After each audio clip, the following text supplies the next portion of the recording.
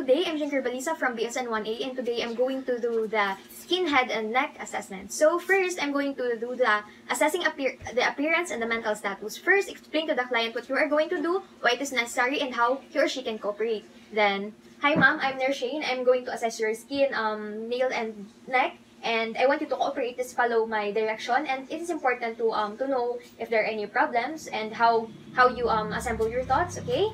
Then, I'm going to wash my hands and provide privacy for my client.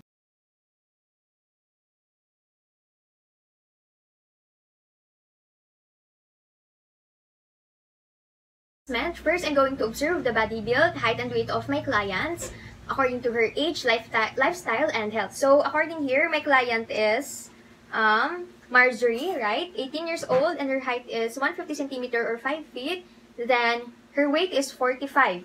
Okay, then, observe the client's posture and gait, standing, sitting, and walking. So, ma'am, can you, okay, just relax. Then, I can see that my client's posture is perfect and there's a good spine condition. Then, can you stand po?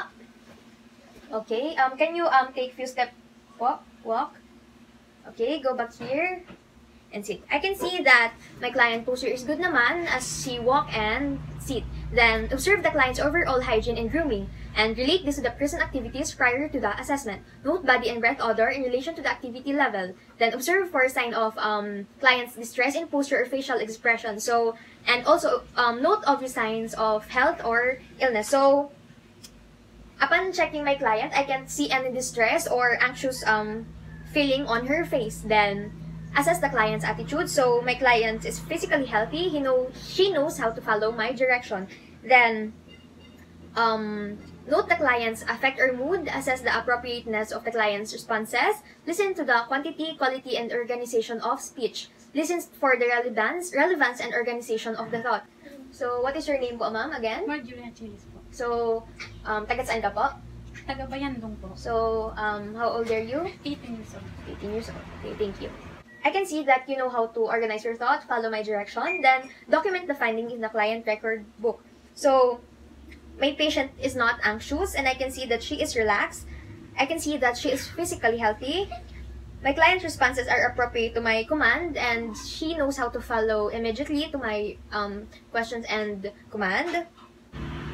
For the procedure 2, I'm going to assess the skin. So first, assemble the equipment and supplies. I'll be needing a millimeter ruler, so it will be used to measure if there is edema or bed sores. Then examination gloves.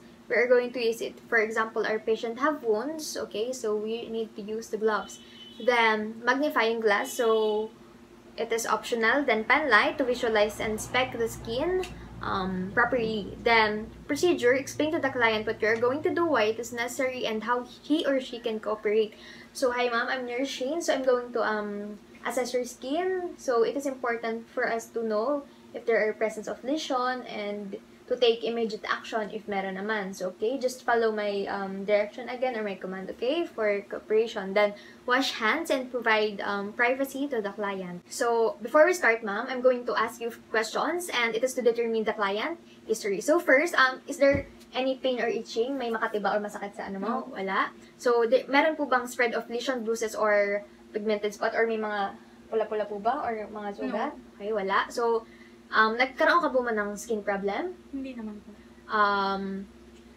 Associated with clinical signs? No. Related systematic condition? No. Ano ba? Use of medication, lotion, home remedies. May mga ginagamit ka po ba sa skin mo? Wala naman po. Okay. Na-feel mo ba yung super dry ng skin mo or moist ng skin? No po. Wala naman. Tendency or bruise easily? Or nasusugatan ka ba madalas or bigla-bigla? Hindi naman po. Then, any association of the problem to season of the year? No. For the assessment, first, inspect the skin color. So, it is an inspection. So, we are going to look and observe the patient. The skin color. Then, inspect uniformity of the skin color. So, start from the upper extremities to the lower extremities of the patient. Okay? So, I can see that my patient has brownish skin. And it is normal because it is evenly distributed to her body. Then, assess edema if present. Okay? Upper and lower extremities. Then, inspect and palpate and describe the skin lesion. Apply gloves if lesions are open or draining. Observe and palpate skin moisture. So I can feel that my client's skin is moist. Then, palpate the skin temperature. In palpating the temperature of the client, we need to compare the 2 feet and the 2 hands using the back of our finger. Kasi ito yung mas nakaka-feel ng accurate temperature, okay? In your hands po. Feet po. So, I can see that it is normal and it is similar to the upper and lower extremities. Then, note the skin turgor and just note that pinch the skin and release, okay? Pinch the skin and release. So, if the color of the skin did not return to its original state, that means that there's a presence of dehydration or edema, and you can immediately suspect na there is a presence of edema to the patient. Then, lastly, is to document the findings in the client record. Draw location of the lesion on the body surface diagram. So, third procedure is to assess the hair of the patient. So, assemble the equipment. So, the equipment that I will be using is the clean glove. So, procedure is explain to the client what you are going to do and why it is necessary. So, hi ma'am, I'm going to assess your hair po. Just cooperate and follow my command. Then, it is necessary to know kasi sometimes may mga hair problems talaga yung mga taong na-experience. Then, wash hands and provide privacy to the clients.